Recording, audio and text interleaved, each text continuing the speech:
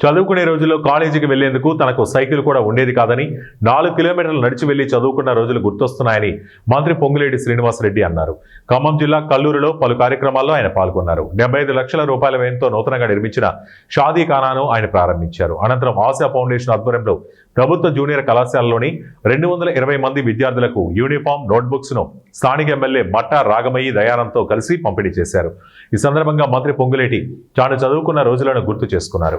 తమ గ్రామం నుండి స్నేహితులతో కలిసి నడుచుకుంటూ కాలేజీకి వెళ్లి వచ్చేవాడినని, అప్పట్లో ఉపాధ్యాయుల పట్ల అమితమైన గౌరవం ఉండేదని గుర్తు చేసుకున్నారు. వ్యవసాయ కుటుంబాల నుంచి వచ్చిన వారే ప్రభుత్వ కాలేజీల్లో ఉంటారని, తల్లిదండ్రుల కష్టాన్ని గమనించి కష్టపడి చదువుకొని మంచి భవిష్యత్తు ఏర్పాటు చేసుకోవాలని విద్యార్థులకు సూచనలు చేశారు.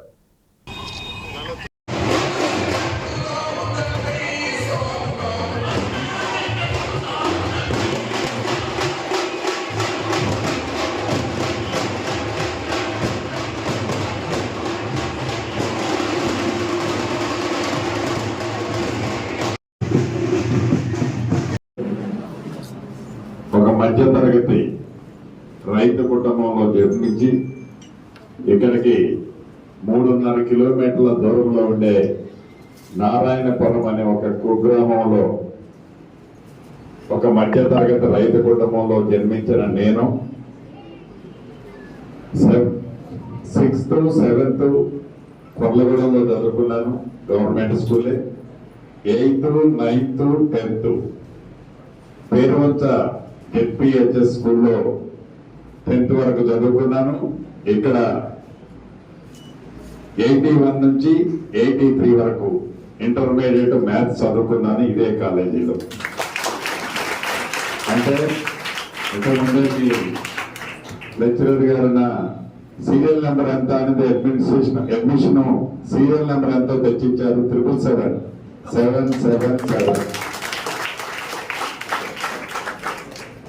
అప్పటి స్మృతులు, అప్పటి అలరి, అప్పుడు లెక్చరర్లతో మీద ఉన్న గౌరవం ఎప్పటికీ గుర్తొచ్చుంటుంది. ఈ ప్రెమిసెస్ లో నుంచి రోడ్డు మీద పోయేటప్పుడు కానీ, ఈ ప్రెమిసెస్ లోకి వచ్చినప్పుడు కానీ ఆ రోజులు గుర్తు తెచ్చుకుంటాం.